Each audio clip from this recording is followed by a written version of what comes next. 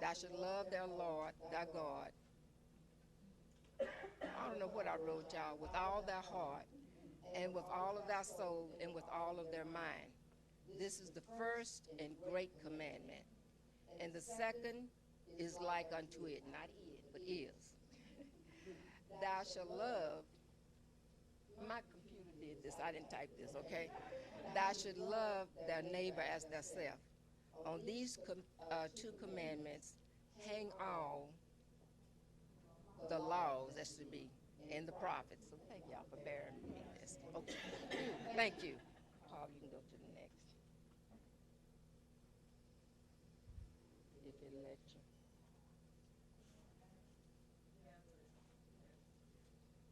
Oh my God.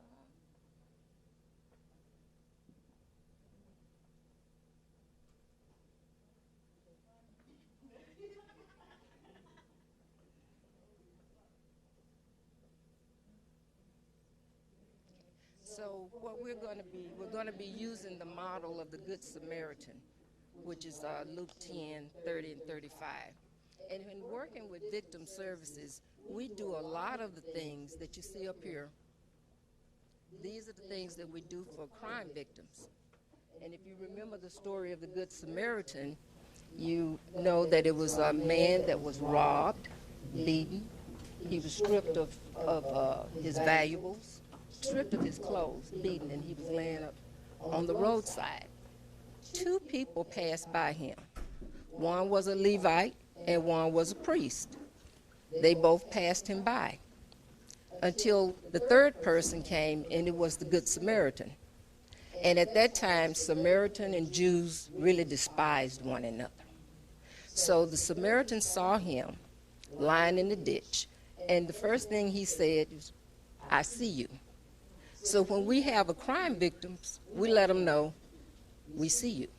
I see you. I see your hurt. I see your pain. So he felt compassion. And that's what we have to do if we're working in discipleship. We have to feel compassion.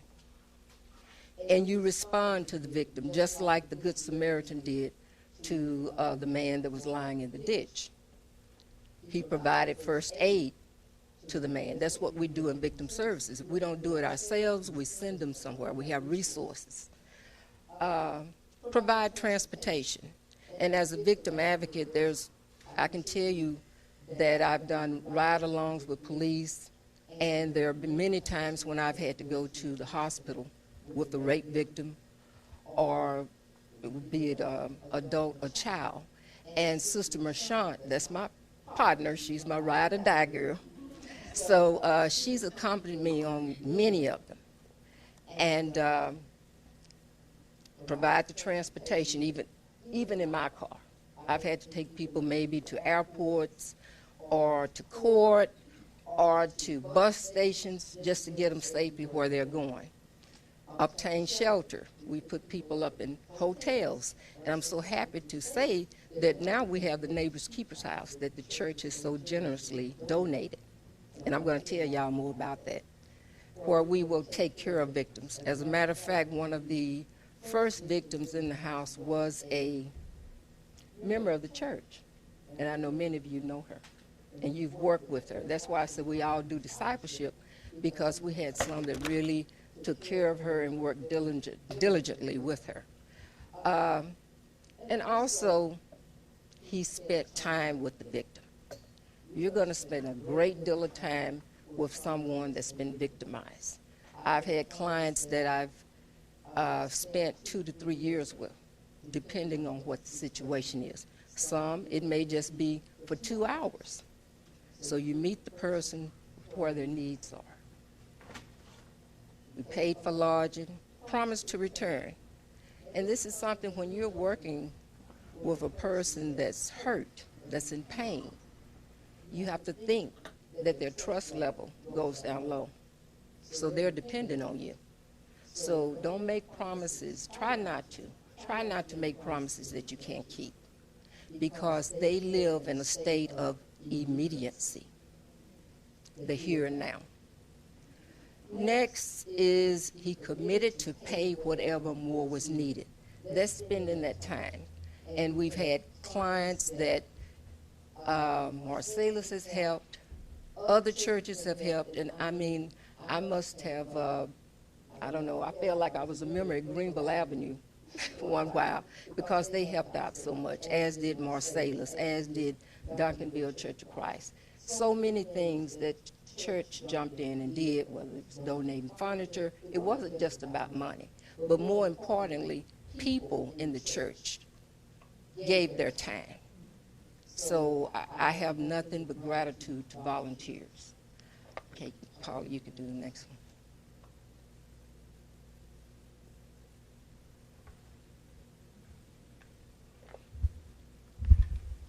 Okay. Many of you might remember Michael. Jerry, I know you work with Michael. Is Sister Lacey here? Oh, she's in Sunday school. But she worked with Michael, and Brother Ross worked with Michael, and Tasha, his wife. As a matter of fact, with Michael, with his story, I'm going to be telling a few stories, okay? Michael was a victim of aggravated assault. He was shot several times at a gas station. He had his family with him. His wife and his 3 children were in the vehicle.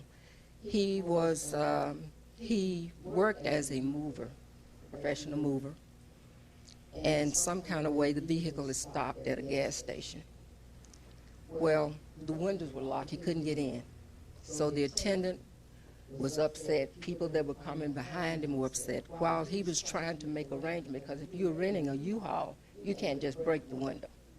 So he was trying to get in touch with the U-Haul company where he had borrowed the truck to move. Well, some drunk people came out from behind the store. They were at a bar. They assaulted him. As Mike tried to get away and his wife was screaming and his children were watching, the store owner came out, had a gun, and he opened up fire on their vehicle. And the 2 bullets hit Mike. Thankfully, the children were not hurt, but they were traumatized by what they saw. Okay. Mike was taken to the hospital. He lost his hearing. I was given a call from trauma support. Brenda, what can Victim Relief do to help this family? So what we did was we assisted them with utilities. We helped them with crime victims compensation.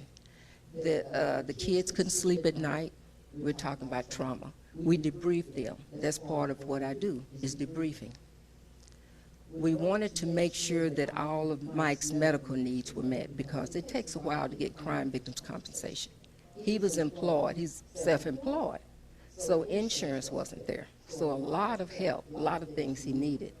And thanks to volunteers, chaplains, crisis responders, the churches in the community. I'm not just talking about Marcellus, but churches in the community. And when you're dealing in, working in discipleship, it's not about your home church, because we have a whole community, a whole lot of resources that we have to step from our building, step out from these walls and step into embrace the community, because there are other resources out. So a whole community came to his aid, and they were thinking about perhaps they weren't going to have a place to stay, so we offered the Neighbor's Keeper's House. His wife was a little hesitant. She wanted to stay where they were living, and you can't blame her. Okay. So she started working. She found a job. The good thing is that their story didn't end there. They started coming here for counseling. Brother Ross counseled with them for several months. They were not married, but by the time Brother Ross got through with them, they married. They got married right here in this church. And they were baptized, okay? Both. Now, some of the victims may not stick around. They may move to other places, but that's none of our concern. We know that a seed has been planted, and that's what we have to think about. So Mike, they may not come, but I still have contact with them. As a matter of fact, when I got ready to move, Mike came and moved me. So relationships last. Next one. And please keep me on task with time. Okay.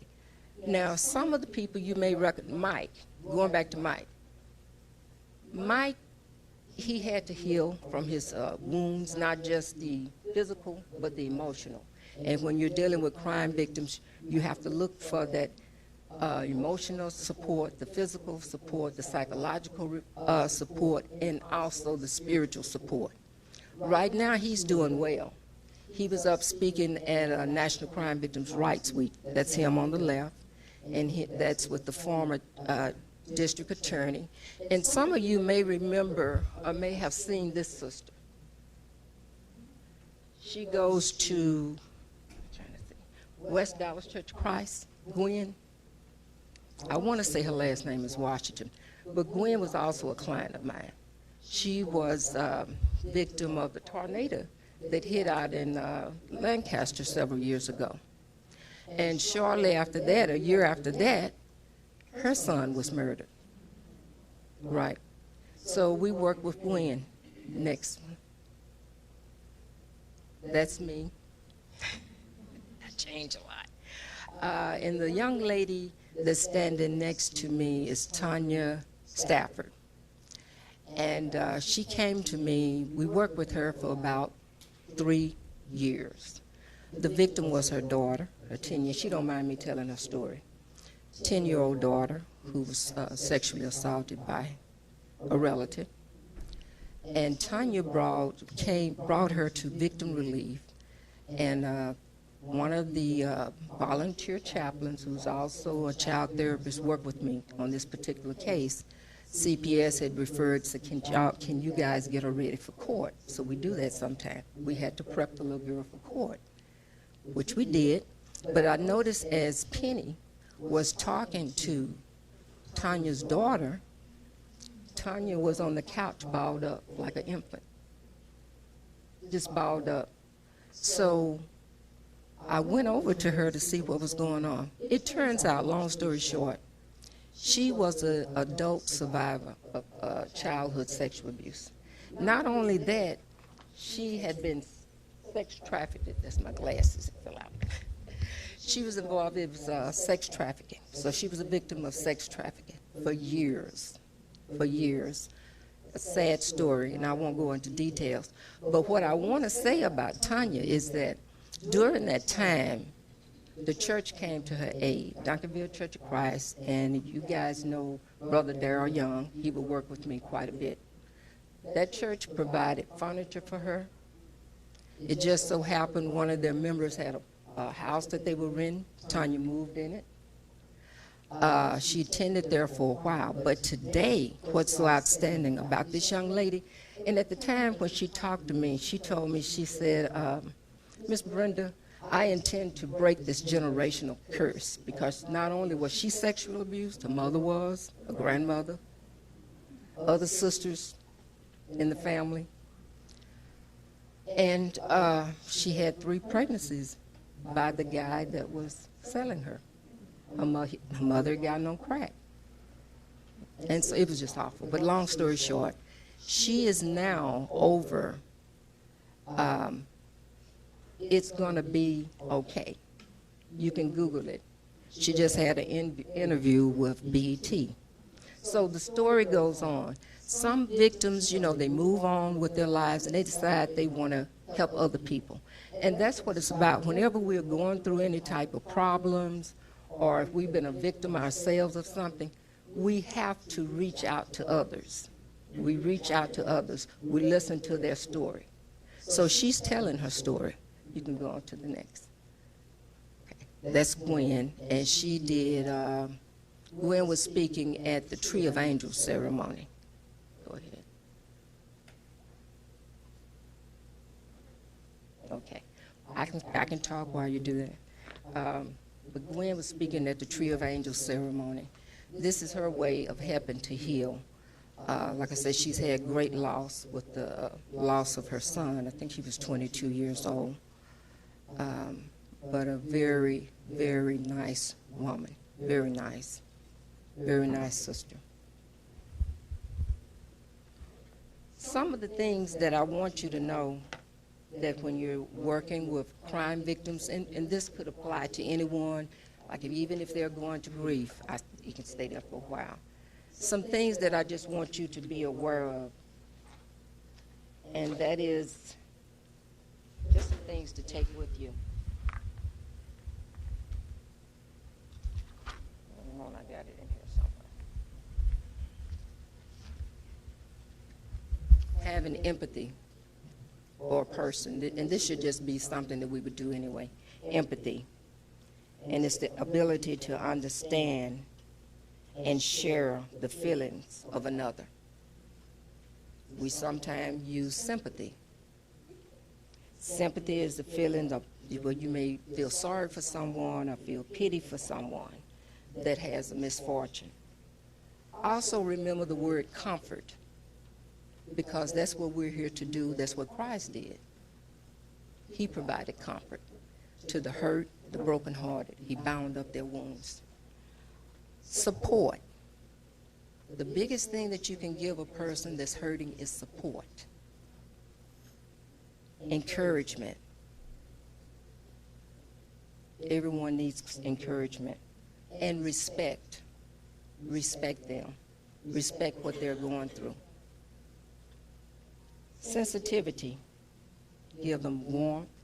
Also trust. That's a key word. That's what people, if you're hurting, you want to know, you want to have trust. Because you're sharing some information with someone and you want to feel that it's in safe hands. Trust.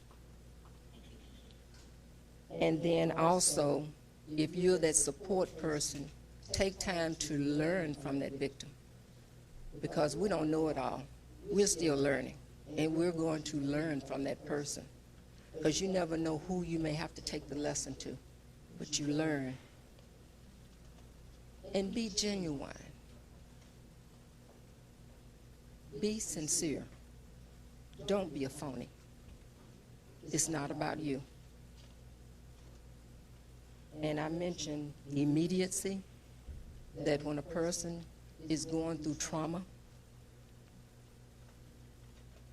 they want to be in the present, the here and now. Sometimes their thinking is so scattered, it's all over the place. That's what trauma or traumatic events do to you. It traumatizes you. You can't think. You can't sleep. So it's important that they take care of themselves, that they eat right, that they drink a lot of water. Pray with them. Be there for them. Be their support. And then humility. Humility. That's for the person that's giving the support. That's the willingness to learn from one's own mistakes. We've all made mistakes. We may have all been victimized some way or another. Be sensitive. Patience. They said patience is a virtue. And when you're dealing with someone that's going through trauma, be it homicide, and especially if you're doing grief support, you learn to be patient with that person. Especially if they have what we call complicated grief. It's not like, and I'm not comparing, I'm comparing, but I'm not. But if you have a loved one that's ill and they're around you for a while, and you are expecting their death, you in some ways have a way to kind of get things together. Okay? You're still hurt though. But when it's unexpected, that's complicated grief. That's complicated. Be it your child, mother, whoever. And then as a caregiver, one has to be careful because you can pick up second degree, I'm not saying it right, but it's, you pick up trauma too, secondary trauma yourself. We have to be careful. And I can't tell you how many times I've been debriefed. It's necessary. Also, hope. Hope is an expectation of a good that is yet to be. We have that hope. We have our hope in Jesus. It's an expression of present, alive with the sense of the possible. So we have hope. And also humor. Humor. There is nothing more comforting when you are dealing with a person that's hurt, that's broken, and even through their pain, you can sometimes have a little laughter. Laughter is good for the soul.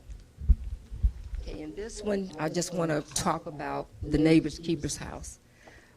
We've had many people to come through those doors. And what I love most about our leadership at Marsalis, they keep it confidential. So when we have someone that's living in the house, many of you don't even know that they're there. When they come to church, and I've heard many of them say, I just love the members over there.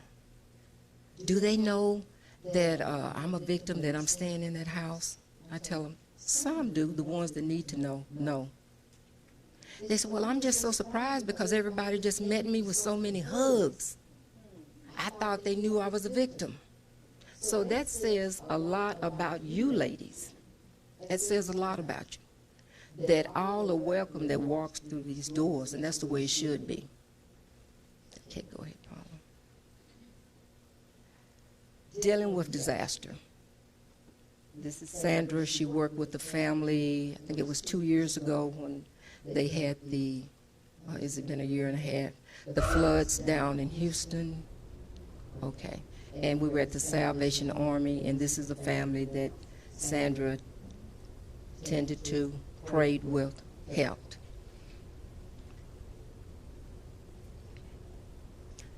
This is another one. Marsalis, the first year that we, well, it wasn't the first year. We've always reached out to place. But this is the first time that we actually reached out to, I think it was AIDS Arm. And we cooked the meal. I cooked, a friend of mine helped me to cook some chicken tetrazzini. We took over there and we interact. I think it was about 35 or 40 people. We interacted with the hurting people. These are people, some have been diagnosed with HIV. Others had full-blown AIDS. And one thing that they said to us is that you're the first church that actually came and just sit down and interact with us. And I think from that point on, other people have gone. It was something that was very much needed. But we shared the word with them, so we had good, I'm so dark back there, y'all can't see me, but I'm in that little spot way back there. Way back there. Okay, that's me. Okay, thank you, Paula. Okay, the Neighbors Keepers House. I can't talk much. Can't talk enough about this. We brought furniture from Victim Relief and from other places that donated furniture. Everything in that house is donated, and several of you donated items to the house. You can click the next. How am I looking on time, guys? Okay.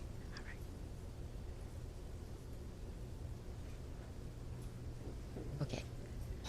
We clean the house. That's me cleaning. Everything, like I said, everything is donated, so we scrubbed it from top to bottom. Keep going, Paula. And there was one time when we actually painted the house, and many of you came over to help. Okay, this is how the house ended up looking. Because we had floors, the floors were wooden, beautiful floors, but they were all messed up, and we actually had a chaplain that was down on his knees with a little buffer. He did that whole house. But that's the way it looks. Anyone is welcome to come over and help out.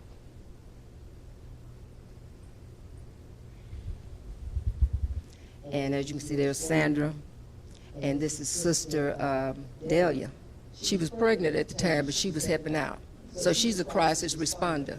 Delia has gotten to the point that she will call me, Sister Brenda, I saw this lady. She told me, she said she's at McDonald's, and she had scars on her face. Someone had assaulted her. Delia was taking care of that lady. Can she be in the neighbor's keeper's house? I said, yeah, get her information. You know what to do. Yeah. So she's very active. I appreciate her because she's a great help, especially if we have clients that speak Spanish. So she does a lot of the translation for me, the praying, everything. The intake that I have to do, she helps with that. Okay, this is the Crime Victims Council. When I said reach from beyond the church, we have to reach out to the community, because this is where our resources are coming from. This is where we get our referrals. So this is when I was chair over the Crime Victims Council of Dallas County. That's me in the yellow shirt, y'all know that.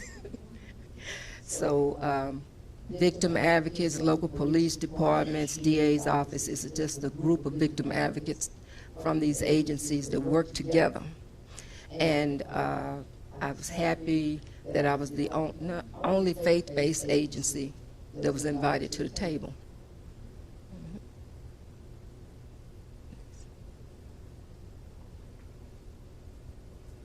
Okay, so we have advocates, like I said, that are from FBI, because sometimes our work have been called to help out with their victim advocate with the FBI, especially if we're called to do debriefing at bank robberies.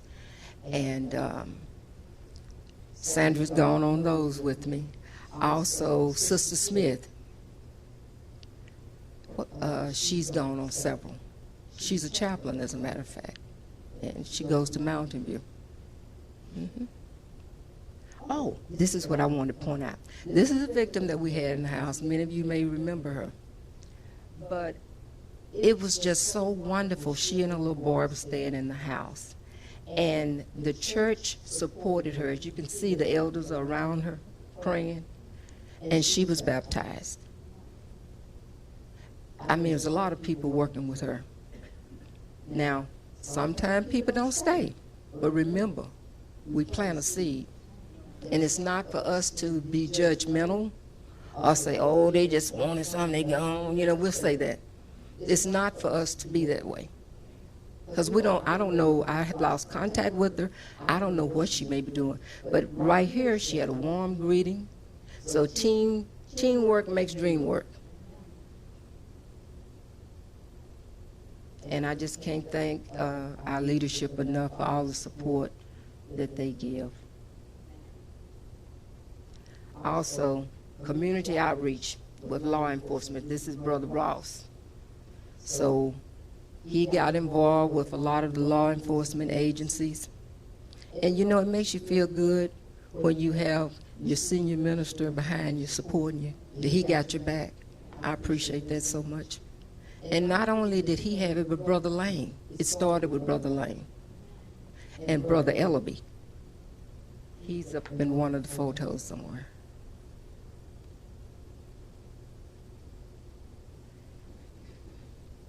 This was an open house that Brother Ross attended. And we had one of our volunteers at a restaurant, so they had some seafood gumbo. It was really good. And so we invited a lot of agencies. Okay, this is the award that we received, that Marcellus received for outstanding church in the community from Victim Relief and the Crime Victims Council of Dallas County. And as you can see, that's Brother Ellaby. He's receiving that award. He was so active in helping us to get a lot of things done in that house. So he and I worked close together on that, and I so appreciate him.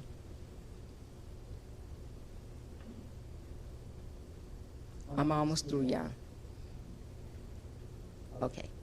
Aside from just fixing up the neighbor's keeper's house, we also had, and this is one of my volunteers, one of the boys is the victim, sexual assault. This is a team that says, at home again. This is Nancy.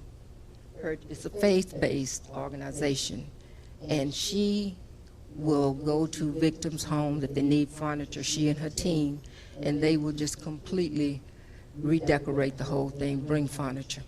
So you can imagine the joy that the mother and her two sons felt when the team came over. I took her out for a couple of hours, 3 hours.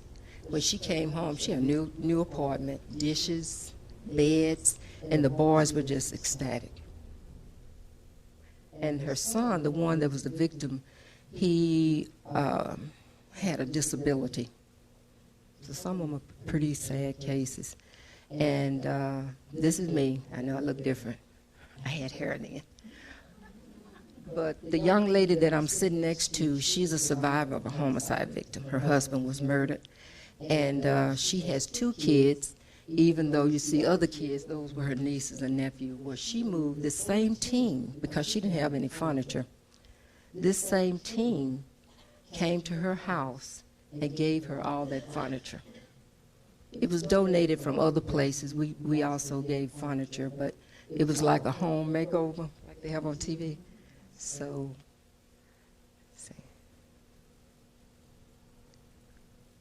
and it was worth it, putting a little joy in her life. It was well worth it. And in fact, she's visited here several times at Marcellus.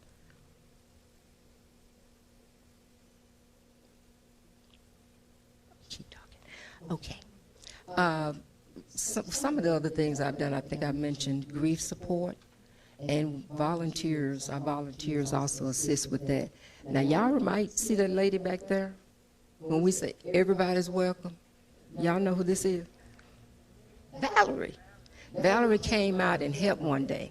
This was during a Christmas. Every year we would get Christmas gifts donated to our families, and we'd have a big celebration, a Christmas party. And it was celebrating the joy of Christ. And imagine having up to about 300 and some odd people. One of the church open up their basement or gym, and we would have a party there for our families, because so often we didn't get to see everyone. I'd see the family, but our volunteers didn't get to meet all the families. And since some of the victims were children, we decided to just give them a good Christmas. Okay, wrap it up? Okay. All right. This is the very last thing I want to say. Bring it down a little bit, Paula.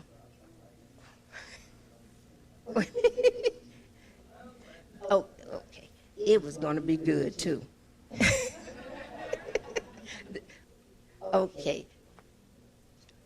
Okay. I think I was saying, Cassandra gave me this. Volunteers don't necessarily have the time, but they have the heart. So thank you guys for listening.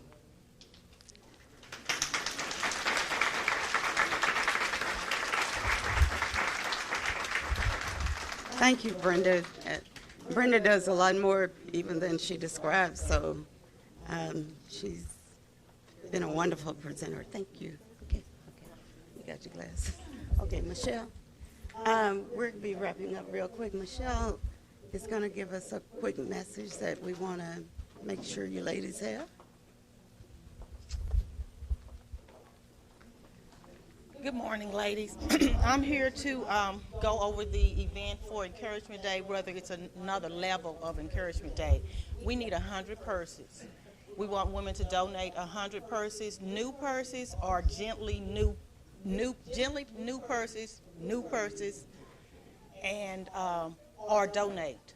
What we're trying to do is, Erica, if you would help me. These are some of the purses that have been donated already. These are the sizes that we're going to need. We have invited, or we are preparing to invite 100 women from the community. We are working with 7 schools in the city, in this zip code, and the counselors. What we're doing is filling the purses with personal items for the ladies. This will be September 7th at 11:45 to 2 p.m. And for those that have already donated purses, we thank you. For those that have purses, you could give them to me, Belinda Jackson, or Sharon Davis. The purpose of this is, as I said, another level of encouragement day.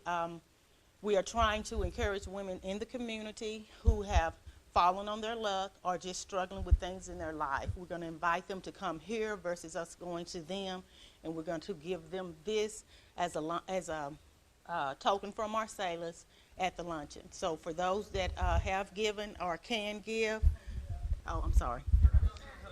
Oh, hold up more. Yeah. And those that have given, thank you very much. And those that have not, but have told me you have purses, we are still collecting purses for the next 2 months. Again, this is for the community. We are expecting 100 ladies. And what we really want you to do is not only donate purses, but if you don't have purses and would like to donate for us to buy the items, we're buying them in bulk. $10 is what we're asking for. And lastly, if you would just pray for the 7 schools that we've selected, pray for the counselors who will be selecting the women, and just pray for this effort. Thank you. Thank you, Michelle. Okay, that concludes our, this concludes our service today and the month. So thank you for your participation, and we look forward to the next quarter, but it's been great. So consider yourselves dismissed.